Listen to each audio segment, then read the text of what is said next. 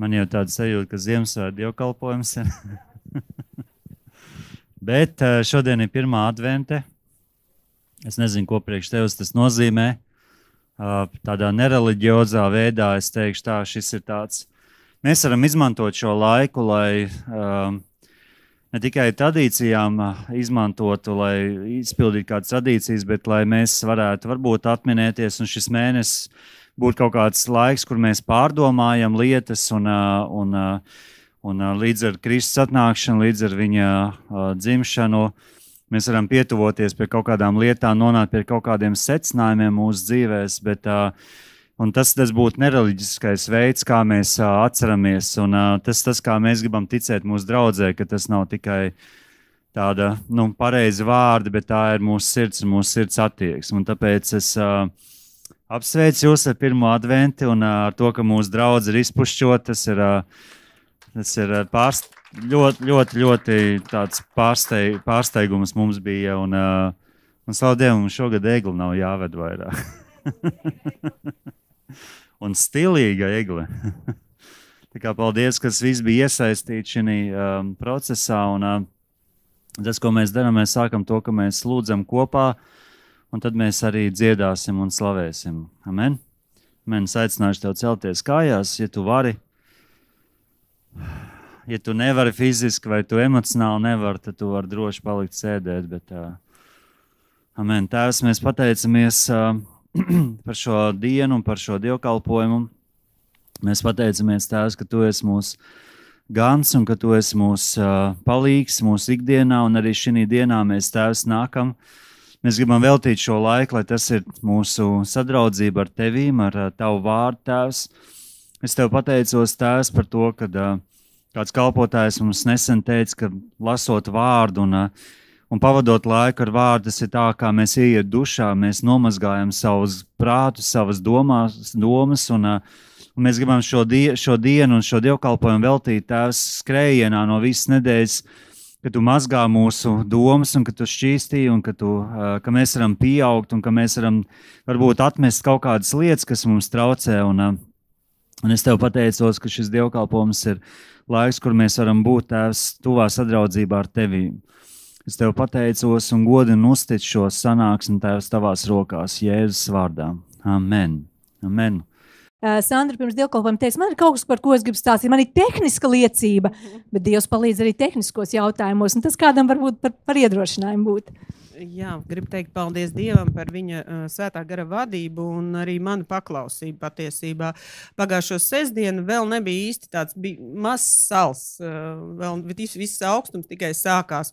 Un augustā man nomira tētis, un viņam bija saimniecība vecākiem, un, protams, es kā sieviete daudz lietas nesaprotu, kas tur saimniecībā, traktorā, kā sievietei. Zināt, ka traktorā varētu būt jābūt ir tosalam, bet varētu būt arī ūdens. Jā. Tās lietas es tiešām pilnīgi, bet tas, kad Dievs tik brīnišķīgi vadīja, viņš sirdī uzliek man tādu, paprasīja vīram, lai viņš atbrauc uz laukiem, jo laukos jāpalīdz mammai sanest malku, tur palīdzība visāda veida, un es tā viņam eju lejā un saku, brauksim uz laukiem pie manīm, un viņš tā, vai man jābrauc tev līdzi, vai tu, es saku, ar varu es tevi nevilkšu, jā, tā tava izvēle, un viss, un varbūt tad, un iekšā tās domas, ka varbūt vajag viņu atrunāt, cilvēks taču negrib, jā, bet ļauj viņam pieņemt to lēmumu, Dievs viņa sirdī runāja, viņš saka, labi, braucam un aizbraucam, viņš tur strādā pie malkas, un iekšā tāds, aizved pie tiem traktoriem. Es domāju, kāds tur ziema jau sākusies, kāda traktori, viņi liekās ziemas guļā pamatā, jā, bet es tak viņus nācu nolikus, man izrādās viņi jānoliek ir kā, un gala rezultātā, jā, es paņemu tās atslēgas, iesim pastīsies uz tiem traktoriem. Viņš tāds, ko tad mēs tur skatīsimies, kas tad tur būs darāms? Un es nesapratu, kāpēc tā vadība, un tu klausi, tu dzirdi, Dievs tev saka tās lietas, tu pasaki un klusē, kas tagad būs? Viņš aiziem, un viņš saka, jā, viņš taču atcerējās, ka tēvs ir vecs vīrs, un tanīs laikos lēja traktoros ūdeni, un to ūdeni vajag izliet pirms tā sala, ja ne, tas traktors vienkārši būtu beigts, viņš būtu jāsviež. Jā, beigts, es tur daudz neko nesaprotu no tā visa. Un viņš saka, jā, tas bija īstenībā brīnums. Viņš man saka, ka viņš nav ticīgs tāda. Viņš saka, tas bija brīnums. Es saku, jā, Dievs mūs vadīja brīnumainā kārtā, lika tās lietas galvā, un tu jau gribēji tā kā pateikt, nē, labāk nē, bet tu tā paklausīji un tās lietas izdarīji, un tiešām tas bija, manā skatījumā tas bija brīnums, jā, jo tāpēc, ka manā galvā, par traktoriem es neko nezinu, ja man ir tiesības, bet nav saprašanas, kas tur jālē vai kā, bet jā, tas bija Dieva brīnums, un tiešām paldies Dievam par to vadību, un arī visus jūs uzmundrinu, jā, kaut kā, klausīties, dzirdēt un paklausīt. Jā, es ļoti pateicīga. Tas man ir brīnums, un es Dievam viss gods un slava tikai tam kungam Jēzum Kristum. Mēs ar Sandru pirms dievkalpojumu runājam, viņa ar to liecību padalījās. Man uzreiz tā doma, bet kā būtu, piemēram, viņa būtu, vajag vīru dabūt. Labi, nesanāk. Bet viņa nezināja, ka būs runa par traktoriem. Viņai bija tas pirmais solis. Dievs tā kā paaicina vīru līdzi, jā. Viņa pateica. Viņa var arī neteikt, jo varbūt jau vismaz negrib braukt, varbūt, jā. Parasti nebrauc, jā. Okay. Tad ir nākamais solis. Aiziem pie traktoriem. Kādiem traktoriem? Bet tu paklausi, un tu spēr šos soļus, un tas ir tas, kā Dievs mūs vada. Viņš nevienmēr parāda mums to pilno bildi, jā. Bet seko pa solim. Slavu Dievam, mēs priecājamies kopā ar tevi. Paldies Dievam, īstenībā. Jā, tā kā klausam Dievam, viņš mums var aizvest līdz brīnumiem. Es gribu pateikt milzīgi paldies visiem tiem cilvēkiem, kas to nevis zāli pļāva, bet to sniegu šķūrēja šajā nedēļas nogalē. Es saprotu, tas vakar tika izdarīts. Kuri bija tie šķūrētāji? Tad mēs varam pateikt paldies. Varat pacelt roku? Adrians, kurš vēl? Adrian, tu viens pats šķūrēji? Viss gods tev tagad būs savādāk. Jā, šodien vēl šķūrē, jā, mēs varam aplaudēt milzīgs. Mārtiņš arī, jā, kurš vēl? Alfrēds, ko tu neceļ rokas? Tik kautrīgi. drīkst arī pateikt paldies. jā, liels paldies jums, brāļi. Tas tie, kas mēs braucam ar mašīnu, mēs to novērtējam, vai ne, draudzi? jā, jo parasti tā novērtēšana sāks brīdī, kad nav izšķūrēts. Jā, paldies un paldies visiem, jā, kas šo skaistumu es arī savā vārdā, un es ticu, ka jūs visu vārdā pateikt par visu šo skaistumu, kas šeit ir radīts. Tas tomēr tā kā mēs pagājušajā svētdien runājām, ir cilvēki, kam ir tā skaistuma izjūta, un ir cilvēki, kuri vienkārši bauda to skaistumu izjūtu. Tā kā mēs baudam, paldies visiem tiem, kas to radīja. Tad mazliet informācija, kas notiek draudzē. Esam iesoļojuši gada pēdējais mēnesis. Šodien ir decembra mēneša pirmā svētdiena, un šodien būs arī svētais vakarēdiens. Un es atgādinu, ka mūsu draudzē arī ir mērķziedojums līdz nākamai svētdienai ieskaitot. Mēs vācam ziedojumu dāvaniņu veidošanai pansionātam, uz kuru grupa no draudzes brauks 16. decembrī. Tas ir veco ļaužu pansionāts, kurā mēs jau esam vairāk kārt vasarā bijuši, un mēs gribam šos cilvēkus iepriecināt, jo tās ir viņu mājas, kur viņi dzīvo, un dažiem no viņiem ir radinieki, dažiem nav. Mēs gribam prieku viņiem aiznest, un arī mīlestību, kas Dievam ir uz viņiem. Tā kā, ja tu vēlies aploksni saņemt, lai neaizmirstu, tad, jā, Alfrēds jau dala aploksnes, var pacelt savu roku, tev iedos, vai arī šis ziedojumu noteikti var arī veikt ar pārskaitījumu, bet gan uz aploksnes, gan arī mērķī, ka tu bankā pārskaiti naudiņu, lūdzu norādi pansionāta dāvanām vai Ziemassvētku dāvanām pansionātam, tā, lai mēs varam saprast. Un neaizmirsti šo daļu izdzēst ārā nākamajos ziedojumos, kad šis mērķziedojums būs noslēdzies, lai nav tā, ka man janvārī nāk dāvaniņām Ziemassvētkiem, jo reizēm bankā mēs atstājam to pēdējo mērķi, tad viņš arī kopējās tālāk, tā kā esam uzmanīgi. Tā, vēl atgādinu, ka katru trešdienu mums ir dievkalpojums no 7:30 līdz apmēram 9, kas ir lūkšana dievkalpojums. Mēs nākam kopā un lūdzam Dievu. Un, tas ir labs laiks, kur mācīties, sekot Dieva garam. Tas ir labs laiks, kā sevi disciplinēt garīgām lietām, kur tu vienkārši nolēmi, es gribu nākt, bet arī tad, ja man negribas, varbūt es neredzu, ka man vajag, bet es nāku, jo es zinu, ka tas ir pareizi lūgt Dievu. Bībeli pagājušajā trešdienā mācītājs dalījās ar vairākām raksturvietām, kurās Pāvils viņš saka, nāciet man palīgā, ja jūs man palīdzējāt ar savām lūkšanām darīt to darbu, kas man bija jādara. Pēc lūkšanas viņš ir ļoti, ļoti svarīgs, lai Dieva nodoms un plāns varētu īstenoties šeit virs zemes. Tā kā, ja tu vari, mēs priecāsimies tev redzēt šeit trešdienās. Tad vēl. Jā, mums ir vēl viena lieta. Liena, tu esi gatavs arī runājot par... Varēsi? runājot par pansionātu, kad mēs brauksim 16. Lienā, ideja radās, ka viņi saka, varētu visām dāmām, jeb kundzēm, kas ir pansionātā, uzdāvināt, kā to sauc? Ausu sildāmie. Cik jums ir savs ausis ziemā? Un ne tikai ziemā. Okay. Nu, tu vari pastāstīt vairāk. Jā.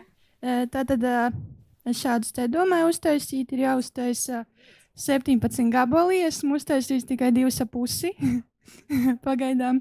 Un tas, ko es gribēju paprasīt, varbūt kādam mājās ir lieka dzija, ko varētu iedot, jo apakaļ nevarēs iedot. Uztaisīt šādus te gaišā krāsā vairs nevajag, tā kā kādās citās.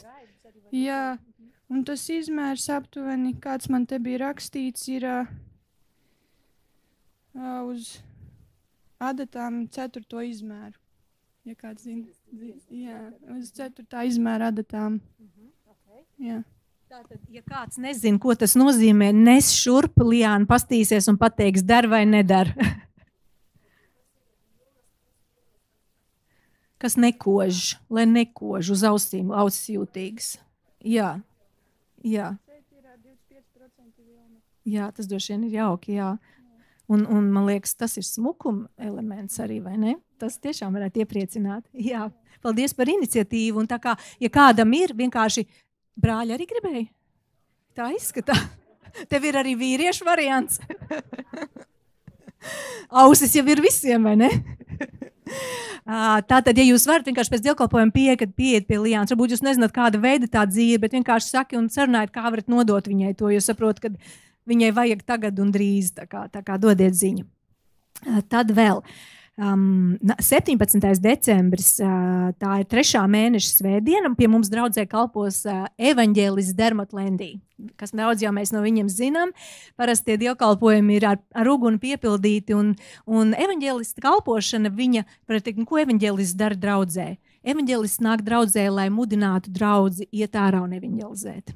Un tas ir tas uzdevums, un kad evaņģēlists ir pie cilvēkiem, kas nepazīst Dievu, viņš sludina evaņģēliju un ar zīmēm un brīnumiem un cilvēki atgriežas. Tā kā esi šeit, ļauj, lai Dievs uzrunā tevi, lai viņš tev pamudina uz lietām, kurās varbūt tu esi kautrīgs vai tu nedari vēl. Vienkārši ļauj Dievam runāt uz tevi, un es ticu, ka tur būs ieguldījums, ko Dievs ieliks tevī un stiprinās tev darīt to, ko viņš aicinājis mūs darīt. Tātad 17. decembris svētdiena.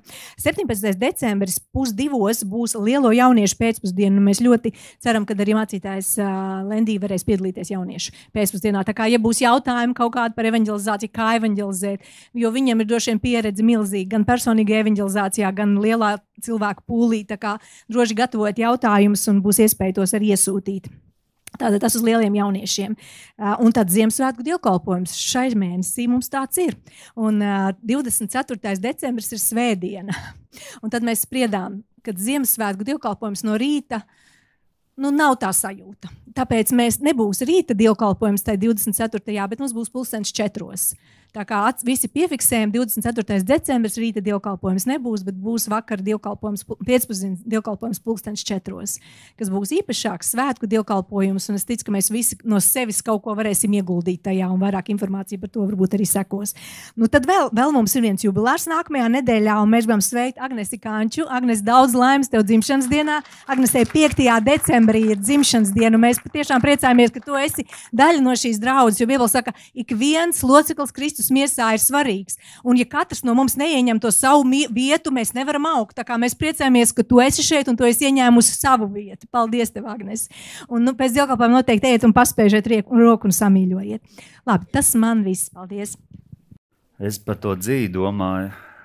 Es tā domāju, ja tev ir 2. numurs, tad var 2 satīt kopā. Sanāk 4.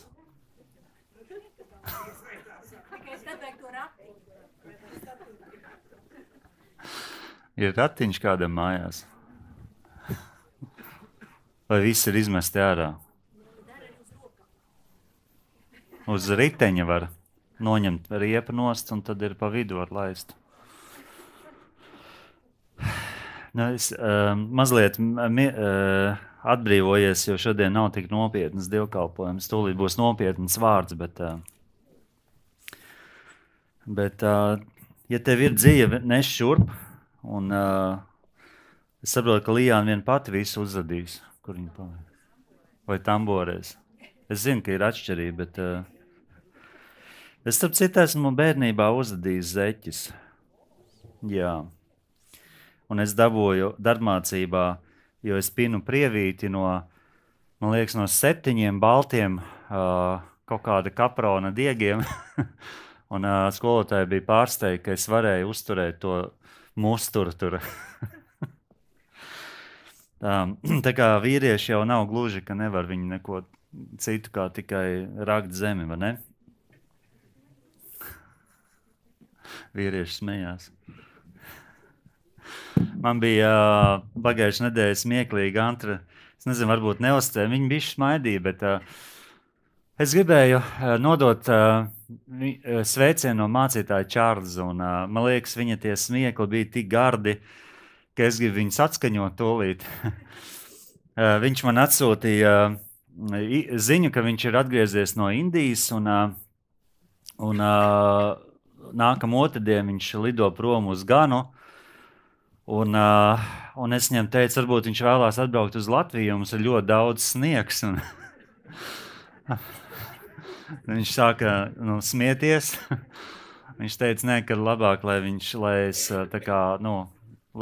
es palieku Latvijā, un viņš brauks uz Ganu, un es teicu, bet kā tad tu varēsi dziedāt White Christmas dziesmu, Baltie Ziemassvētki, un tūlīt sākās Ziemassvētki, un tad viņš sāka, es ceru, ka viņš skanēs. Es pamēģināšu. You're so funny, it's unbelievable. I'm not going to sing White Christmas. I'm going to enjoy a sunshine Christmas. White Christmas. Thank you, but no thanks. Jā, viņš tātad atteicās no mani piedāvājuma braukt uz Latviju, un tā kā viņam būs saulainie Ziemassvētki, un arī Krista, mūsu meita, viņi Ziemassvētkos šašliku cepa okeāna krastmalā, un es nezinu, ja es tur pārvāktos dzīvot, man liekas, tas būtu kaut kas tāds grūti Ziemassvētkos. Tā kā mēs varam priecāties, ka mums ir īsti Ziemassvētki, jo visiem pārējiem viņi nav īsti, vai ne? Mums ir balti Ziemassvētki, un es nezinu, kādas prognozes šogad ir. Es nezinu, man liekas, Džons Gunvalds ar Dēvidu, ka viņi bija vēl sniegs, nebija, vai ne? Jā, viņi prasīja, kādi ir laika apstākļi Latvijā, un tad es teicu, ļoti nepastāvīgi. Mēs vienmēr ceram, ka būs balti Ziemassvētki, bet pēdējos gadus viņi gandrīz nav balti. Un skatīsimies, izvilks šis te līdz Ziemassvētkiem vai nē.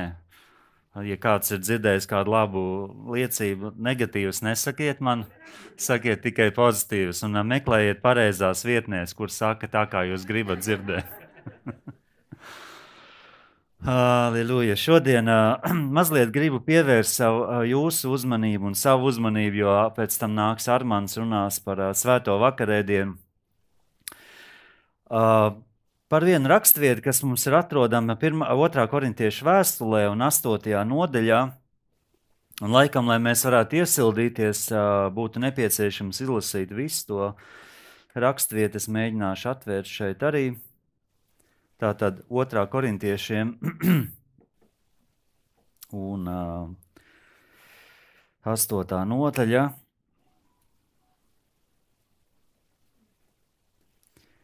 Un es sākšu no 1. panta izlasīt, bet tas galvenais pants, par kur mēs šodien es vēlos vairāk parunāt, ar jums ir 5. pants. Un viņš saka tātad šeit no 1. panta 2. korintiešiem 8. nodaļā. Mēs jums, brāļi, aizrādām uz Dieva žēlastību, kas ir izpaudusies Maķedonijas draudzēs, jo tur, lai gan bēdi smagi pārbaudīti un paši dzīvodam lielā nabadzībā, viņu prieks izpaudies lielā sirsnībā. Tie ir labprātīgi ziedojuši pēc savām spējām, pat pāri spējām, to es apliecinu. Ar lielu sirsnību tie piedāvāja savu kalpošanu svētajiem mīlestībā un ziedoja vairāk kā cerējām, sevi pa priekš Dieva un pēc Dieva prāta arī mums. Un mazliet par maķedoniešiem, tās bija vairākas apdzīvotas vietas, vairākas draudzes, par kurām viņš šeit Pāvils runā. No tādām bija Filipiešu draudze, kurām mums ir vēstule, tāda bija Tesalonika, kur arī bija draudze, un iespējams vēl kādas citas draudzes. Un tas reģions tajā laikā bija, varētu teikt, izlaupīts, jo it kā pēc vēstures datiem saka, kad Romas impērija, kad ieņēma šo daļu zemes, tad viņi daudz ko izlaupīja, un tie cilvēki tajā reģionā dzīvoja diezgan lielā nabadzībā. Un tad tas, kas mani uzrunāja šajā pantā, faktiski ir tas, kad neskatoties šo situāciju, viņi kā cilvēki, viņi nebija nedz nospiesti, nedz tā kā domāja par sevīm, bet varbūt līdz tam mēs tiksim. Ir teikts, ka viņi arī bija tādi ļoti vienkārši cilvēki. Kāds ir teicis par viņiem, kad viņi bija cilvēki, kuri bija varbūt dabīgi, nabadzīgi, bet viņiem bija plaša un liela sirds. Man likās, šodien es gribu parunāt par došanu, un nedošanu tradicionālā nozīmē. Parasti, kad tie, kas nāk priekšā runāt, man šodien jārunā par došanu. Es šodien nerunāšu par došanu tādā nozīmē, ko mēs sagaidām dievkalpojumu laikā.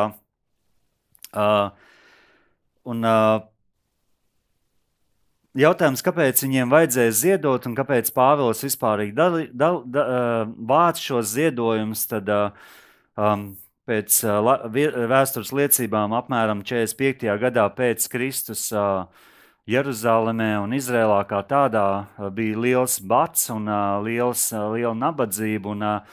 Un Pāvils, viņš braukāja apkārt pa dažādām draudzēm un staigāja apkārt un mēģināja savākt šos ziedojumus. Un viņš gāja pie dažādām draudzēm, un tā skaitā arī pie maķedoniešu draudzes. Un interesanti, ka pēc šīs rakstvietas, ja mēs paskatāmies, mums ir latviešu valodā teikts,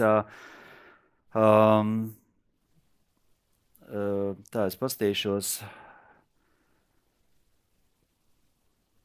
Man liekas, 4. pāns mums saka, ar lielu sirsnību tie piedāvāja, bet citi tulkojumi patiesībā saka, ka nevis viņi vienkārši piedāvāja, bet viņi ir teikts, viņi dedzīgi lūdzās pēc iespējas līdzdarboties šī kalpošanā.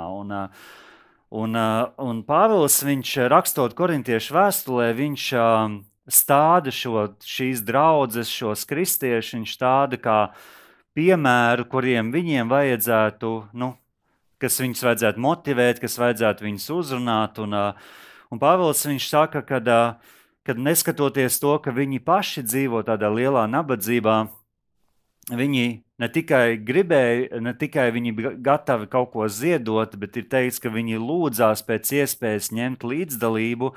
Un tad tālāk Pāvils, viņš saka, ka viņi mani pārsteidz ar to, ka viņi deva vairāk nekā es vispār jebkad varēju sagaidīt. Un tad viņš dod par viņiem tādu liecību, ka viņi, lai gan bēdu no tāda apstākļu nospiest, tomēr viņi bija sirsnīgi un prieka pilni. Viņi vēlējās izpaust šo savu pateicību Dievam un sniegt šo palīdzību šiem te kristiešiem.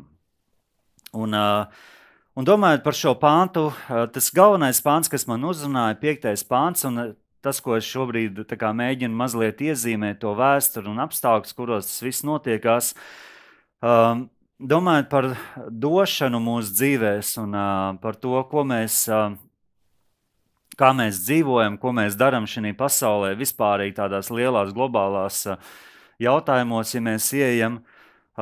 Viena lieta, ko es redzu Dieva vārdā, ko Dievs mums rāda piemēru un ko mēs kā kristieši esam aicināti darīt, faktiski mums ir šī zināmā rakstvieta Jāņa 3.16, kur ir teikts, ka Dievs tik ļoti pasauli mīlēja, ka viņš deva.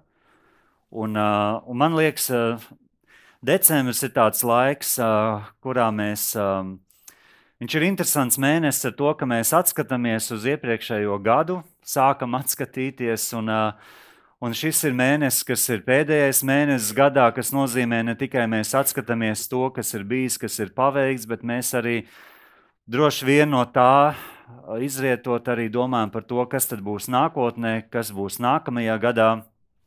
Man liekas, šis ir labs mēnesis, kurā mēs varam pavērtēt savu dzīvi, to, ko mēs darām, kā mēs dzīvojam, un kas ir tās lietas, kas mums ir jāizdara, varbūt, kuras mēs neesam izdarījuši. Un tāpēc došana, man liekas, ir tāda ļoti svarīga lieta mūsu kristiešu dzīvē, jo es redzu no Dieva vārda, ka došana ir kaut kas dievišķs, tas nav kaut kas tikai dabīgs, tas ir dievišķs, jo Dievs parādīja šo piemēru.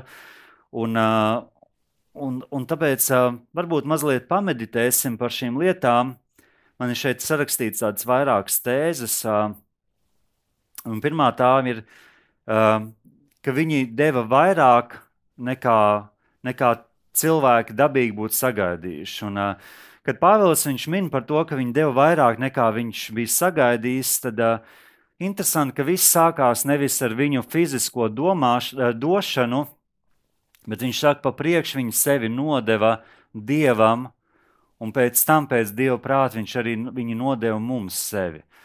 Un šī ir viena lieta, kas, man liekas, ir tik būtiska, ja mēs domājam, es un Dievs, un viss sākās ar manu iekšieni, viss sākās ar manu garu, ar manu sirdi. Dieva valstībā nesākās lietas ārpusē. Es mēģināju atrast kādu. Man liekas, ir bijuši arī filmas, man liekas, Misters Bīns kaut kādās filmās rāda, kur tiek savākt ziedojumi. Un tad, ziniet, dažādas situācijas, kur cilvēki atnāk uz dievkalpojumiem, viņi sēž un tad iet garām šis ziedojuma trauks, un tad cilvēki mēģina slēpt, cik viņi liek iekšā tajā traukā, lai viņu kaimiņš nevar redzēt. Vai varbūt kāds cits metā iekšā skanošas monētas, lai var dzirdēt, ka iekrīt nauda iekšā, ka viņš, varbūt kāds cits tieši otrādāk ir saritinājis savus 10-20 eiro tādā biezākā žūksnī, lai neviens nevar redzēt, cik viņš liek, bet lai izskatās, ka vairāk liek. Un bieži vien pasaulē cilvēki redz došanu, arī draudzē viņi redz to kā tādu mazliet liekulību, kur cilvēki spiesti ir dot, tāpēc, ka viņi negrib izstīties slikti citu cilvēku acīs. Bet tad, kad Pāvils runā par maķedoniešiem, viņš saka, ka viņi pa priekš sev nodeva Dievam, un kas runā par to, ka tas bija viņu sirds lēmums, tas bija viņu attieksme, ko viņi mainīja, tas bija viņu izvēle, ko viņi izdarīja, pirms viņi vispārīgi nolēma piedalīties šī te ziedojuma vākšanā. Nākamā atziņa no šīs raksturvietas ir tā, ka es domāju, liela daļa no kristiešiem šodien, lai gan mēs dzīvojam labi, un kāds teiks, tā nesaka, mēs dzīvojam slikti, mēs dzīvojam labi. Ja tu gribi redzēt, kā cilvēki dzīvo slikti, droši vien mums būtu labi organizēt kādu misijas braucienu uz kādu nabadzīgu valsti. Mēs neesam nabadzīga valsts, mēs neesam bagāta valsts, ja mēs varētu teikt, bet mēs neesam arī nabagi. Un mēs visi esam šeit pāēduši, mēs esam apģērbušies, un ne tikai ar drēbēm, kuras mēs velkam, kurš mums kāds ir atdevis, bet droši vien mēs esam arī iegādājušies dažādas lietas. Bet šie cilvēki, viņi dzīvoja lielā nabadzībā, un es domāju par mums, bieži vien mūsu miesai vienmēr ir šis te jautājums, ja es atdošu, man paliks mazāk.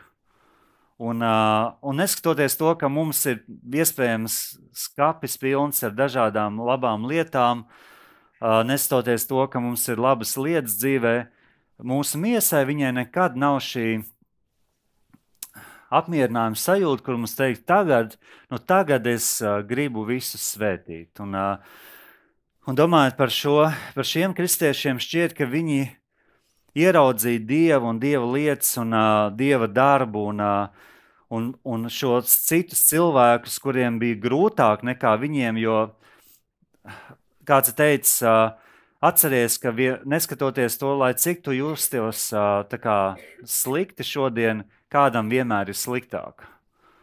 Un ja tu domā par sevi, mums vienmēr gribās sevi tā kā pažēlot, bet tas, ko viņi darīja, viņi neskatoties to, ka viņiem paši grūti gāja, viņi ieraudzīja citus cilvēkus, kuriem ir vēl grūtāk, un viņi bija gatavi atdot no sevis vairāk, lai tiem cilvēkiem būtu labāk. Un es šodien nevēlos runāt tikai par naudu, es nerunāju tikai par drēbēm un tam līdzīgi. Mēs parunāsim par kaut kādām lietām, ko mēs varam dot citiem cilvēkiem, bet man liekas, tā ir tāda dzīves uztvere, filozofija, ar kuru mēs varam dzīvot savu dzīvi ne tikai decembrī, bet visā savā ikdienā, jo mēs zinām, ka Dievs ir devējs.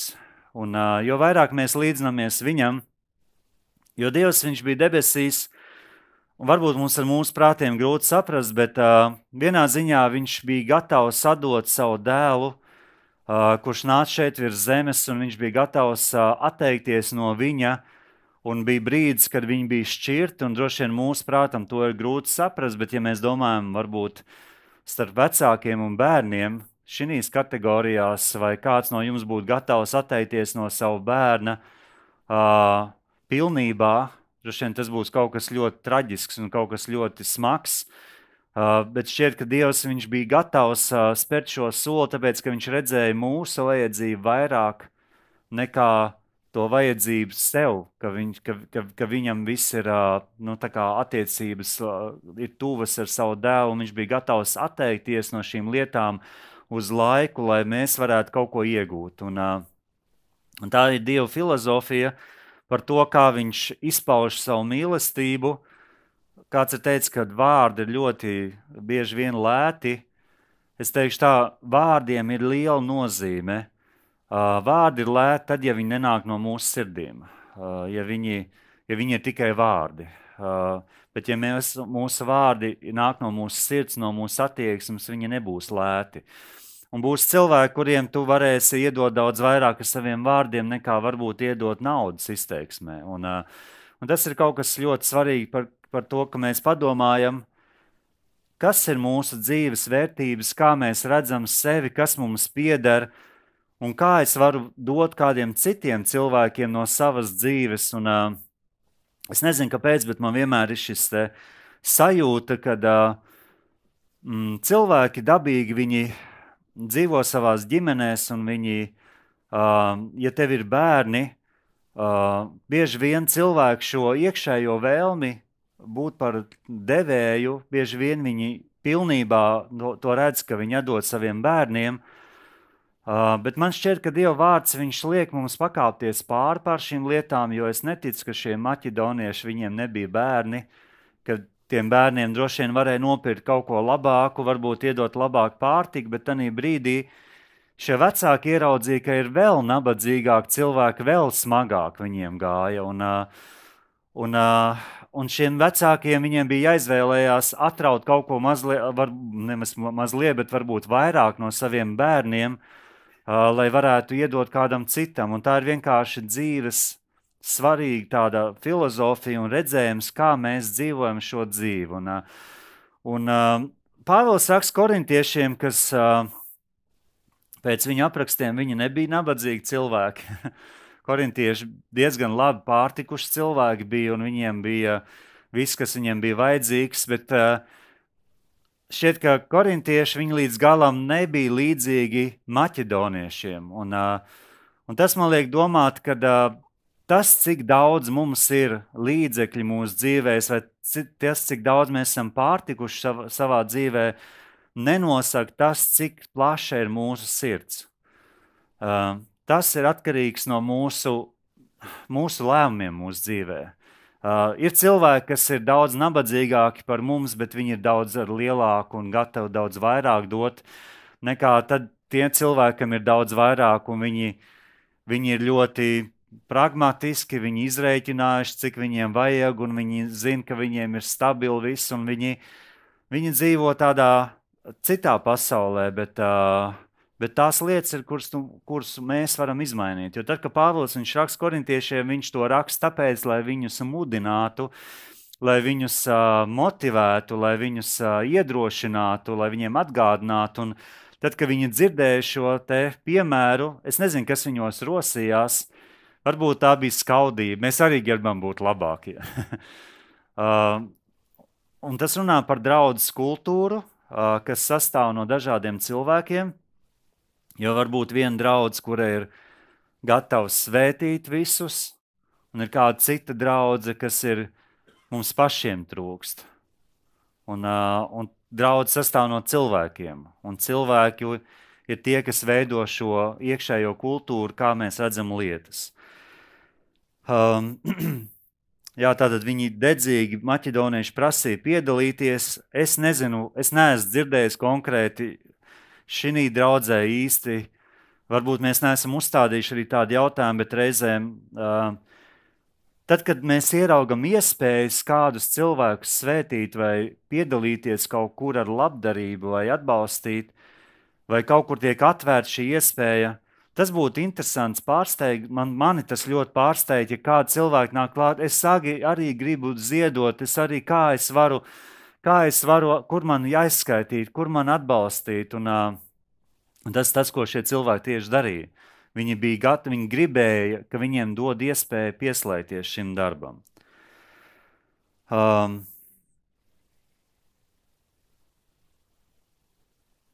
Man te ir sarakstīti tādi jautājumi.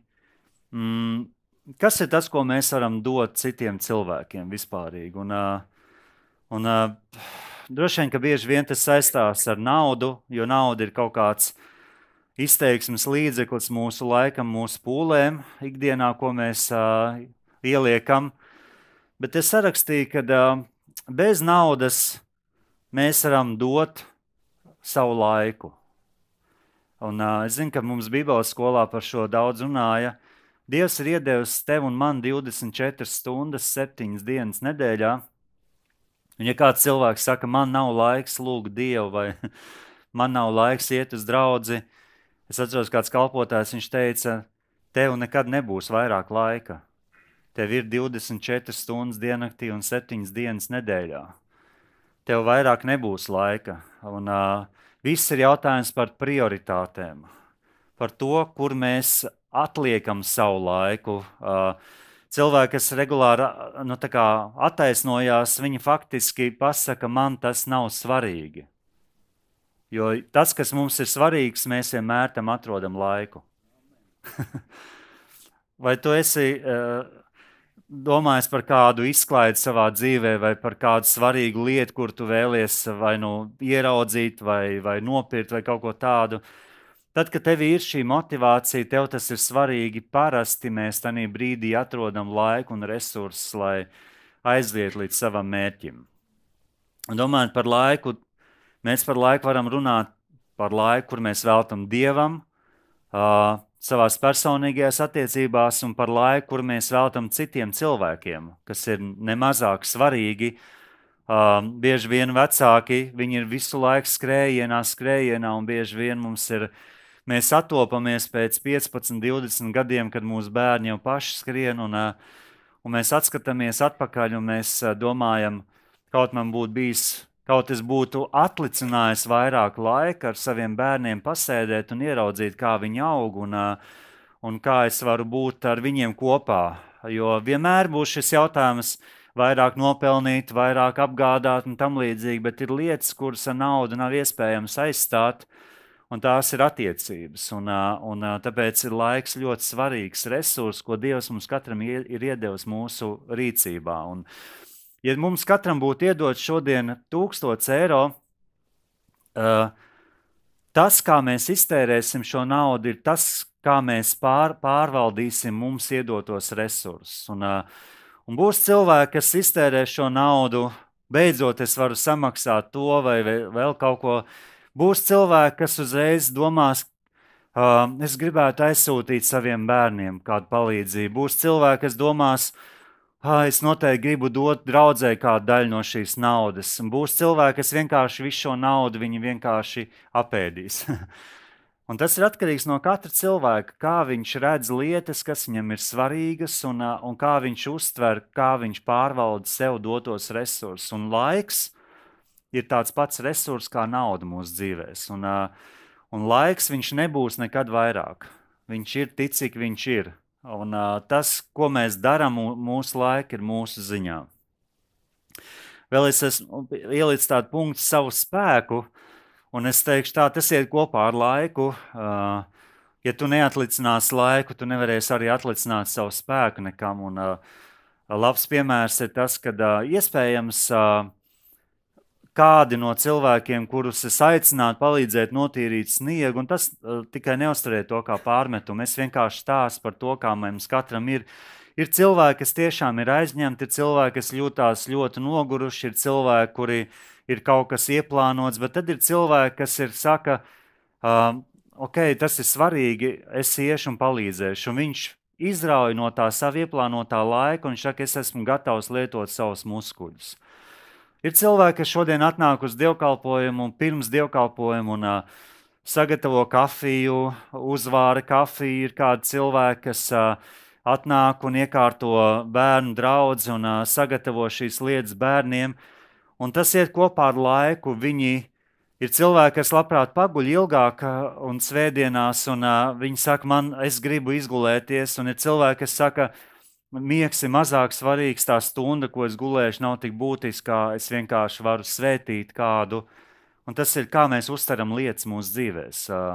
Un es to runāju arī uz seviem, jo es pārdomāju par to, kā es dodu, ko es dodu, vai es esmu devējs vispārīgi, vai man dzīve sastāv no došanas, un ja tas kaut kas dievišķs, kas mūsu dzīvēs nāk no viņa. Mēs varam dot savas zināšanas un prasmes, un nevienmēr prasmes mums uzreiz mēs iegūstam, bet mēs varam dot laiku, lai iemācītos prasmes draudzē. Piemēram, ir cilvēki, kas sēž pie datora šodien, ir cilvēki, kas sēž pie skaņu pults, un cik es zinu, lielākā daļa no viņiem neatnāca ar šīm prasmēm, bet viņi bija gatavi mācīties. Viņi bija gatavi veltīt savu laiku, laust sevi, mēģināt apgūt lietas, kas viņiem pilnīgi pretdabīgi varbūt šķiet, un es zinu, tur dažas tādas cilvēks, viņi saka, bet es gribu būt uzticams, es gribu iemācīties to datoru un tam līdzīgi, vai šo kameru, kas šeit ir ieslēgta, bet tā ir tā attieksme, kur šie cilvēki saka, es gribu būt daļa un es gribu kalpot Dievam. Un tas, kas mani bieži vairāk kārti pārsteidz, ir, kad ienāk draudzē jauni cilvēki, pēc pāris dievkalpojumiem viņi pienāk klāt, viņi vēl knapi vispār nepazīst lielāko daļu draudz, viņi nezina nevienu vārdus. Es neteiktu, ka visi mēs esam tik laipni ar viņiem bijuši tā, bet viņi zina, ka šī ir viņu vieta, un nākamā lieta, viņi saka, mēs gribam arī kalpot. Un es domāju, no kurienes tas nāk, jo tas nav dabīgi. Tas nāk no Dieva gara, kas ienāk mūsos. Dievs iedēsta mūsos šo devēja filozofiju, ja var tā teikt, devēja attieksmi pret dzīvi, un šie cilvēki viņu uzreiz ir gatavi dot, un cilvēki, kas vienkārši pieslēdzās, un ir cilvēki, kas mums pieslēdzās ar mēdīju informācijas telpu aizpildīšanu un tam līdzīgi, kur mēs patiesībā bijām lūguši Dievu, bet mēs pat īpaši par to neuztraucāmies, un tad Dievs atsūtīja cilvēkus, un viņi ar savām prasmēm pieslēdzās uzreiz klāt. Mums nekas viņiem nebija jāmāca, viņi vienkārši ņem un dara, un mēs esam pateicīgi Dievam un laimīgi par to, ka mēs publiski jau kā draudz izskatāmies pavisam savādāk. Mēs varam dot to, kas mums pieder, lietas, ēdienu, naudu, kaut kādas lietas, kas mums pieder. Ļoti tāds liels teiciens, mēs varētu teikt, mēs dodam savu dzīvību. Ja es teicu, ja kāds mīl patiesu, tad viņš atdod savu dzīvību par šiem cilvēkiem, bet tas ietver visu šīs iepriekš minētās lietas, jo mūsu dzīve nav kaut kas atsevišķs no mūsu laika. Kā es teicu, laiks bieži vien saslēdzās kopā ar šīm pārējām lietām, jo lūkšanas ir daļa, ko mēs varam dot. Dieva vārds saka, Apustuļu darbu 13. nodaļā, 1. pantā, tur ir teicis, ka tur bija dažādi kalpotāji un teicis, ka viņi atdeva šo laiku, viņi gavēja un lūdz Dievu un kalpoja tam kungam. Viņi veltīja savā dzīvē kaut kādu periodu, kur viņi teica, Dievs, tu mums tagad esi svarīgs šī konkrētajā brīdī, mēs gribam būt ar tevi tuvumā, mēs gribam dzirdēt no tevīm. Un no šī laika, kur viņi veltīja Dievam, Pāvils un Barnaba tika izsūtīti misijas kalpošanā, un no šiem misijas kalpošanas darba mums ir radusies Bībele, bet tas viss iesākās ar to, ka tie cilvēki pateica, mēs gribam veltīt tev laiku, Tēvs. Un bieži vien mūsu dzīvēs var notikties izmaiņas tikai tad, kad mēs sakam, Dievs, es veltīšu laiku priekš tevīm, es gribu būt kopā ar tevīm, dzirdēt no tevis, bet man ir jādod savs laiks un man ir jāvelta laiks lūkšanai. Un kā jau es teicu sākumā, ļoti svarīga lieta, ko mēs varam dot, ir labus un iedrošinošus vārdus. Bieži vien tu būsi pārsteigts, cik nozīmīgi tavi vārdi ir. Reizēm vienkārši atceroties par kādu, ja Dieva gars tev atgādina par kādu cilvēku, un tu domā par šo cilvēku, tu nevari uzreiz tā doma atnāk pie tevis, viņa neaiziet, un tu saproti, ka ir kaut kas vairāk, ko Dievs vēlās tajā brīdī, varbūt, lai tu dari. Tad mēs bieži vien varam izteikt īsas lūkšanas. Tēvs, svētī to un to cilvēku, palīdz viņam izprast tevi, staigāt ar tevīm, vienalga, ko Dieva gars tev pamudina lūgt. Bet nākamā lieta, ko tu vari izdarīt, tu vari šim cilvēkam aizsūtīt ziņu vai uzzvanīt. Es par tevi domāju, un man bija tāda vēlēšanās lūgt par tevīm. Un ir cilvēki, kuriem tas ir ļoti būtisks dzirdēt. Un, ja Dieva gars tev atgādina kādu cilvēku, tavi izteiktie vārdi šo cilvēku iedrošinās un svētīs viņu. Un tas arī kaut kas, ko mēs varam dot. Ko tas mums maksā? Tas maksā mazliet apstāties savā dzīvē, jo mums vienmēr būs ko darīt. 24/7 bez apstājas. Mums vienmēr būs ko darīt. Un šeit nevienmēr vajag domāt par to, ka tikai kristiešiem mēs to varam darīt. Mēs varam piezvanīt saviem radiniekiem. Decembris šis mēnesis, kurā mēs varam atminēties par saviem radiniekiem, atcerēties, piezvanīt viņiem, novēlēt kaut kādas labas lietas, painteresēties, kā viņiem iet. Ja godīgi mūsu radu pulkā, mēs gandrīz vairs netusējam, jo tie cilvēki, kas uzturēja šo te, ir aizgājuši no šīs zemes, bet es zinu, cik svarīgi ir, ka ir tādi cilvēki, kuri vispārīgi interesējās viens par otru, un tad visbiežāk radinieki satiekās bērēs. Diemžēl, vai ne? Bet mēs varam satikties vai uzvanīt arī, varbūt, un es šodien tev atgādinu, vienkārši, ja ir kā cilvēki, kas tavā prātā šobrīd grozās, neatliec to. Vienkārši šodien pēcpusdienā aizēju un vai uzrakstīt ziņu vai sazvanu un vienkārši es par svētību šiem cilvēkiem. Un viss sākās ar to, un tāpēc arī šis laiks ir, kur mēs, vispirms mēs veltam sevi Dievam. Šis ir laiks, kur tu dzirdi vārdu, un šis ir laiks, kur es atgādinu tev lietas par došanu, par to, ka mums tas ir jādara, un šis ir laiks, veids, kā mēs varam nodot sev Dievam, mēs šī brīdī klausoties, mēs varam teikt savā sirdī, tas uz mani runā, Tēvs, man tas liekas būtiski, un es arī gribu tev paklausīt, un es gribu darīt to, ko tu man saki darīt. Un tajā brīdī, kad mēs izdaram šo lēmumu, iespējams, ka tavā sirdī dzimst kādas pārdabiskas vēlmes, varbūt tu gribi kādu svētīt ar kaut ko, kas tev liekas pārāk liels, varbūt kaut kas neiespējams priekš tevis.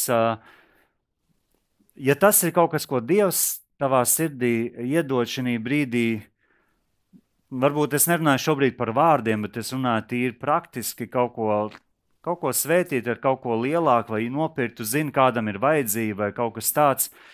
Un tas liekas man īsti, es nevarēšu to pacelt. Tad interesanta lieta, ko Pāvils saka par maķedoniešiem, ir teikts, ka tad, kad viņi nodeva sevi sākumā Dievam, tad tālāk ir teikts, ka Dievs viņiem deva pārdabisku žēlastību, ka viņi varēja to, kas viņu sirdīs bija dzimis, tā vēlme svētīt, ka viņiem arī radās šī iespēja svētīt. Un šis ir kaut kas, kur mēs visi varam mācīties, ka tas nav tikai tas, kas man šobrīd pieder, bet tas var būt kaut kas, ko Dievs iedod manā garā, kaut kādas lietas, kas varbūt maksā vai prasa vairāk no manis, nekā es tā kā šobrīd spētu vispār dabīgi atļauties.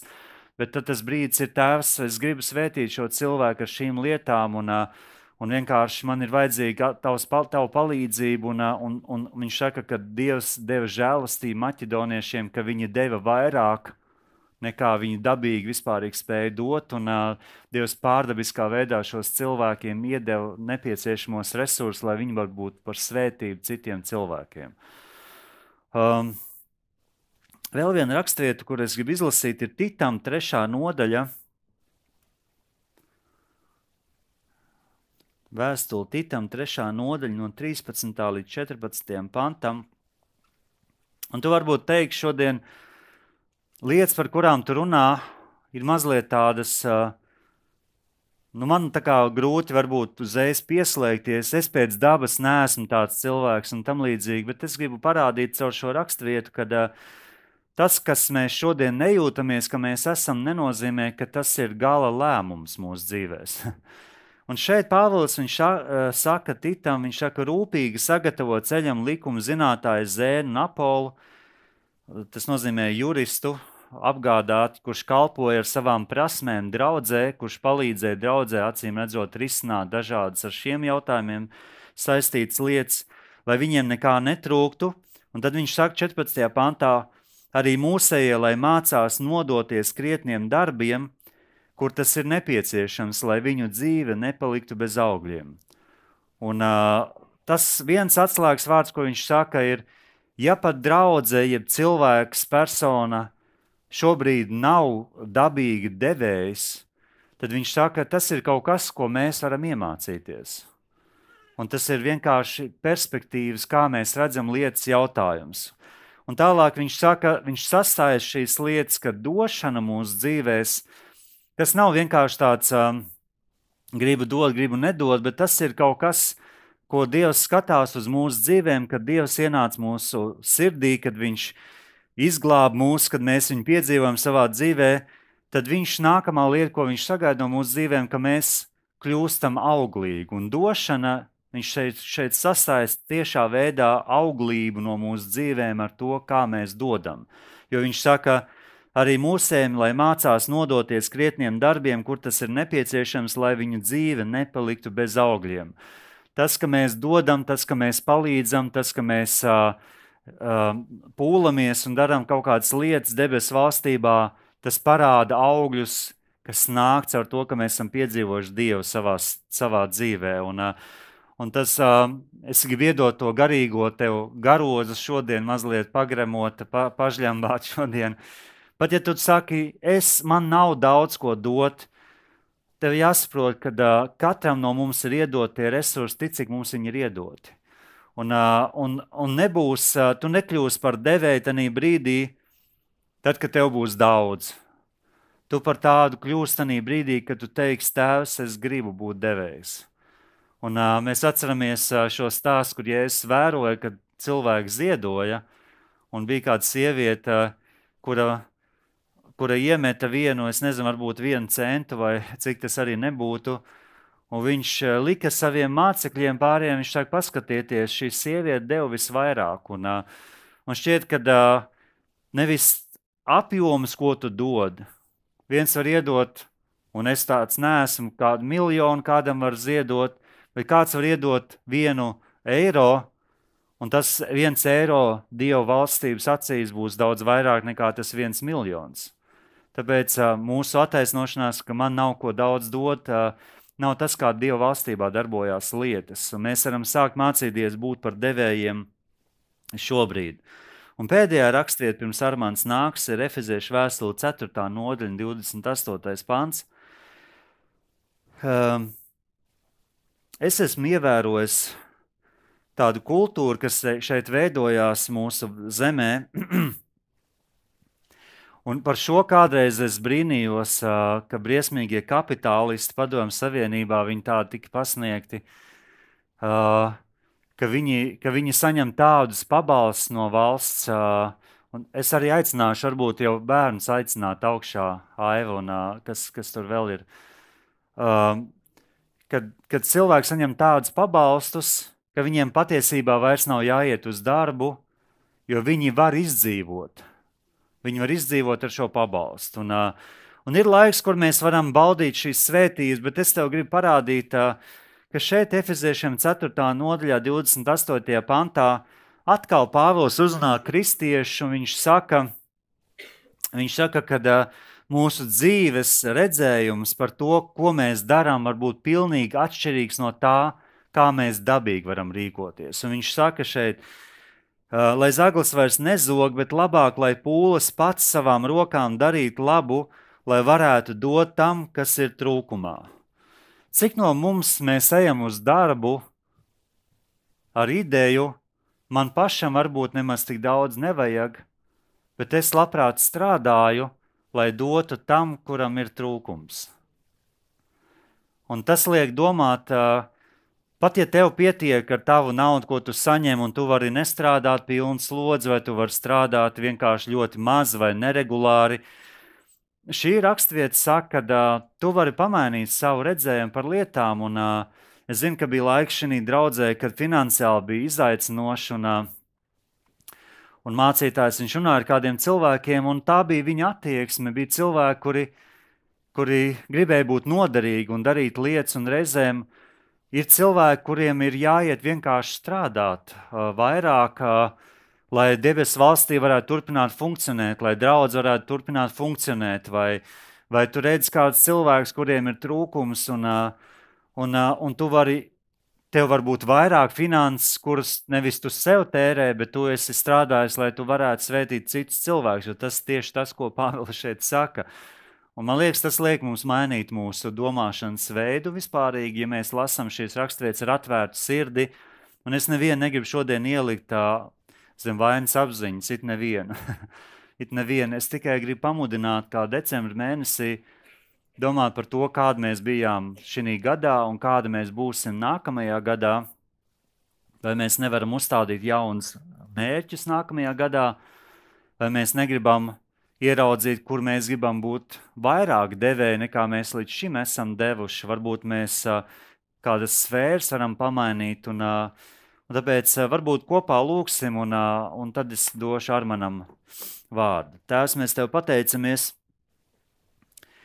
par šo dienu un par šo vārdu. Tēvs, Tev pateicos par to, ka Tu esi mūs aicinājis būt par mīlestības cilvēkiem, par tiem, kas dod Tēvs lietas, un es Tev pateicos par ikvienu cilvēku šajā draudzē, kas ir devēji, kas dod, ka redz, ka viņu resursi dotie, ka viņu finanses vai laiks, ka tās nav tikai viņu īpašums, ko viņi grib paturēt sev, bet viņi ir gatavi veltīt priekš Tēvs mūsu valstības, un šī izpušķošana un šīs kalpošanas, kas funkcionē, un šī sniega tīrīšana, tās ir tikai piemēri par tiem, Tēvs, kā mēs katrs varam dot, darot kādas konkrētas lietas, Tēvs, bet šodien tās lietas, kuras Tu esi runājis uz katru no ikvienu no mums, Tēvs, palīdz mums vienkārši ieraudzīt, Tēvs, kas ir tas, ko Tu mums saki šodien darīt, kas tas, ko Tu mūs vadi darīt, un nebūt zem spiediena, nebūt zem vainas apziņas, bet būt vienkārši cilvēki, kas sakam, Tēvs, es gribu būt tas, kurš svētī citus, es gribu būt tas, kurš dod citiem, un tas, ko Tavs vārds māc, Tēvs, un palīdz man ieraudzīt tās iespējas un tās vajadzības, kurās man ir jāpiedalās un kurās es varu būt par svētību. Jēzus vārdā. Amen.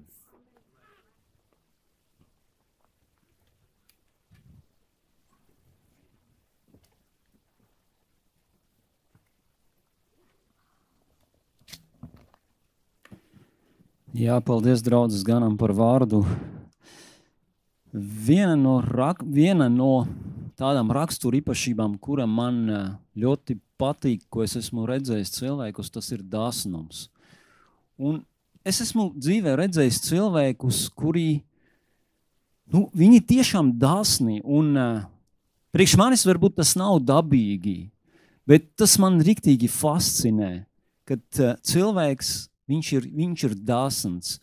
Un es esmu sapratis, ka mēs varam mācīties, iemācīties, būt devēji, būt dāsnī, būt svētību, jo Jēzus arī teica, svētīgāk dot nekā ņemt. Jā, mums ir šodien vakarēdienas. Mēs lauzīsim maizi un pieņemsim vakarēdienu. Un es atceros no bērnības tādu epizodi. Mēs dzīvojam padomju laikā, un tā ļoti miglaini no bērniem es atceros, kad māma vai vecmāma nesa tādu kā maizi no baznīcas, atnesta maize, un tai maizei bija tāda garša, viņai nebija sāls iekšā. Tāds viņš kā lavašs, bet savs lavašs tāds, un es atceros to brīdī, tur ģimenē dalīja, nezinu, kurš bija baznīcā, kurš to vecmāmiņa mana gāja baznīcā, vai kurš pat neatceros. Bet atceros, ka mājās deva tajā papīrā iekšā, mēs katrs ņēmām to maizi, ēdam, un kaut kāda tāda burvīga sajūta bija, domājam, no baznīcas, un kaut kas dievišķs tajā viss bija no vienas puses. Bet no otras puses neviens man tā arī toreiz nepateica, kas tas par maizi, kāda jēga viņam vispār, kāpēc jāņem to maizi un katram bišķiņ jāpēd. Es būtu laimīgs, ja toreiz, nezinu, mani vecāki vai vecmāmiņa, viņi saprastu, ka tas ir simbols Kristum, kurš daudz gadus atpakaļ nomira par mūsu grēkiem. Bet slava Dievam, kā mēs tagad to zinām, un lauzot šo maizi, mēs saprotam. Un es gribu vienu raksturvietu paskatīties, ko Jēzus teica par sevi. Tas ir Jāņa evaņģēlijā 6. nodaļā. Es lasīšu no sākuma no 35. panta.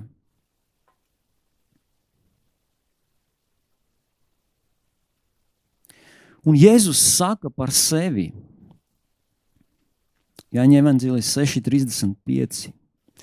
Jēzus sacīja viņiem: Es esmu dzīvības maize. Kas pie manis nāk, tam nesalks. Un kas man tic, tam neslāps nemūžam. Un Jēzus saka, es esmu dzīvības maize. Un vēl bišķiņ tālāk, tajā pašā nodaļā 48. pantā, vēl nedaudz palasīšu, un Jēzus atkārto šo domu, un viņš saka par sevi: es esmu dzīvības maize. Jūsu tēvi ir ēduši mannu tūkstnesi, bet ir nomiruši. Maize, kas no debesīm nāk, ir tāda, ka tas, kas no viņa ēd, nemirst. Es esmu dzīvā maize, kas nākusi no debesīm. Kas ēdīs no šīs maizes, tas dzīvos mūžīgi. Un maize, ko es došu, ir mana miesa, kas dota par pasaules dzīvību. Un es redzu, ka Jēzus šeit mēģina tādās līdzībās runāt par garīgām lietām, salīdzinot, jo mēs garīgas lietas nevaram saprast vienkārši garīgi domājot, bet ir kaut kādas līdzības un analoģijas, un viņš saka, kā viņš par sevi saka, es esmu dzīvības maize.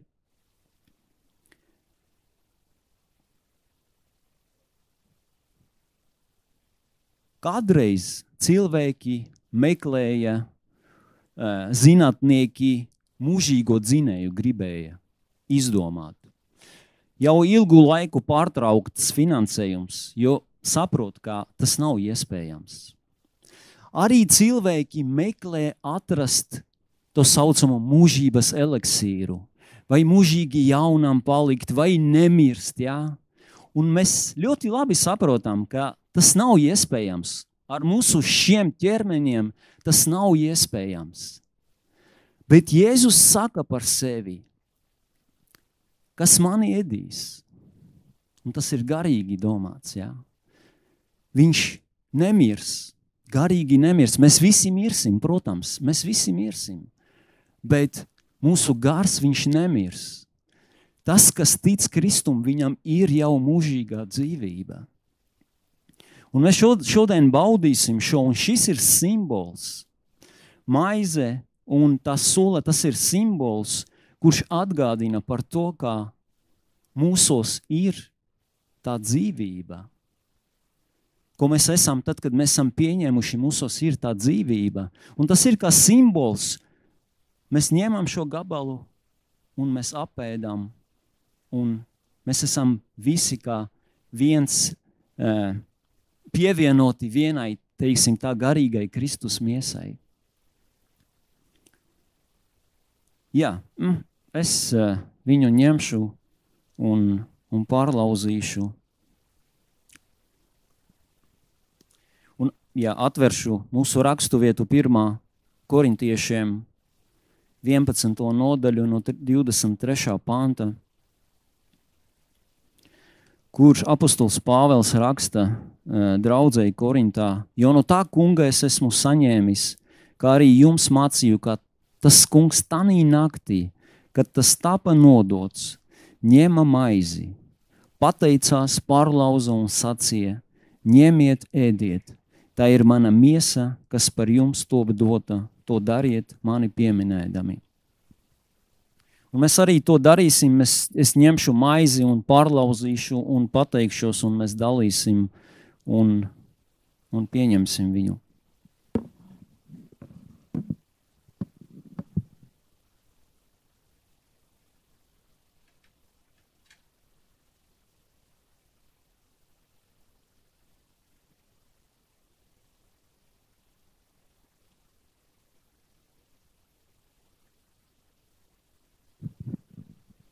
Ja Jēzus ņēma, viņš pārlauza un viņš pateicās, un mēs arī pasakamies, ja mēs varam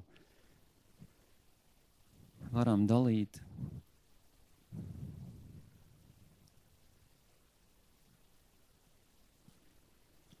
Un rakstīts, ka Jēzus ņēma maizi, pateicās, pārlauza un sacīja, ņemiet, ēdiet. Tā ir mana miesa, kas par jums top dota, to dariet mani pieminēdami. Mēs saprotam, ka šī nav Kristus miesa.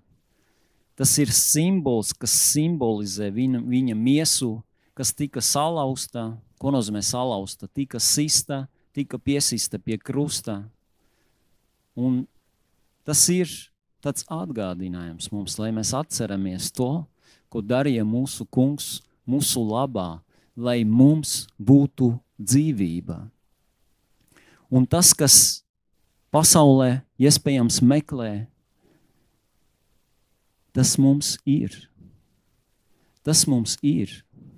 Ja nāks laiks, kad Jēzus atnāks vēlreiz un mums būs cita miesa, miesa, kura dzīvos mūžīgi, cik tas fantastiski neskanētu, tā ir patiesība, jo stāv rakstīts.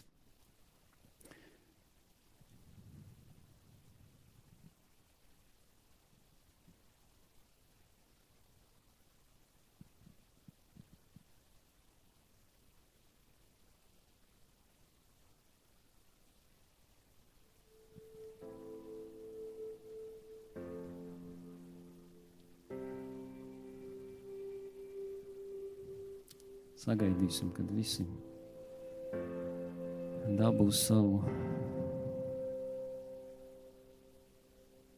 Nepārvelti izlejās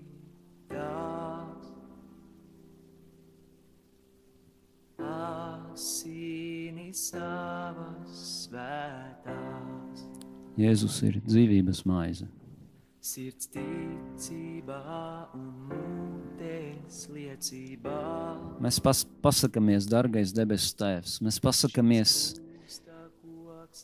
ka Tu esi devējs, ka Tu devi visdārgāko, kas Tev bija, savu vienīgo dēlu Jēzu Kristu.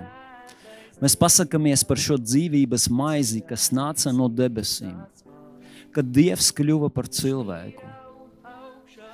Un mēs pasakamies, ka pateicoties šai dzīvības maizei, mums var būt dzīvība mūsos iekšā. kuru neviens nevar atņemt. Paldies Tev, dārgais Tēvs, paldies Tev, dārgais Jēzu. Mēs šo pieņēmām Tevi atceroties. Ņemsim, ēdīsim.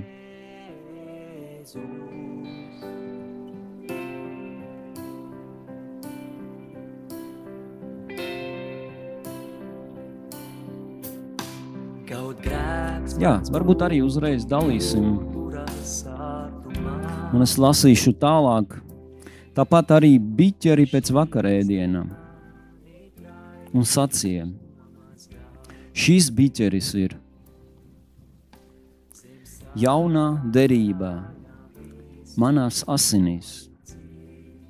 To dariet, cik kārt jūs to dzerat, mani pieminēdami.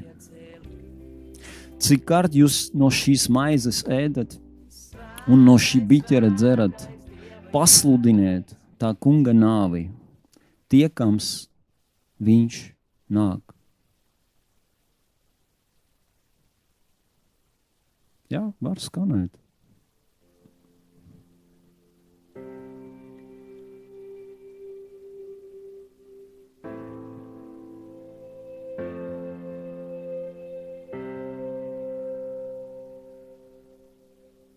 Nepārvelti izlejās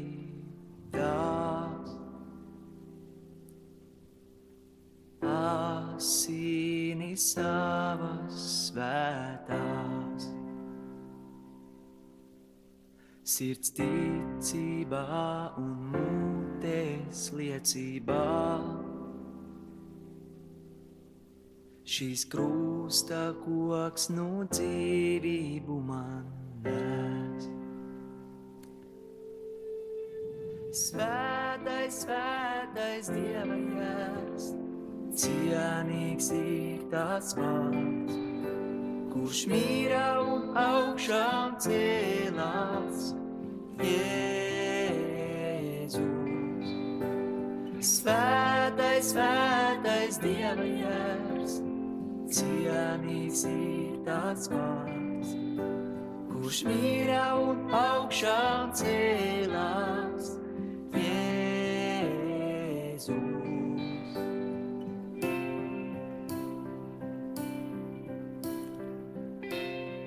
Dārgais Jēzu, mēs pasakamies par Tavām dārgajām asinim, kas tika izlietas uz Golgatas kalna. Mūsu dēļ. Tu izlēji savas asinis, Tu atpirki mūs, Tu samaksāji par visiem grēkiem un pateici viss piepildīts. Mēs pasakamies, ka viss piepildīts. Mums ir brīva pieeja pie Dieva. Mums ir brīva pieeja. Pateicoties Tev, mēs varam un esam Tavi bērni. Mēs pasakamies par Tavām dārgajām asinim, un mēs šo dzēram Tevi atceroties un pieminot un pateicoties to, ko Tu esi darījis mūsu dzīvēs. Slava un pateicība Tev, Tēvs. Ņemsim, dzersim.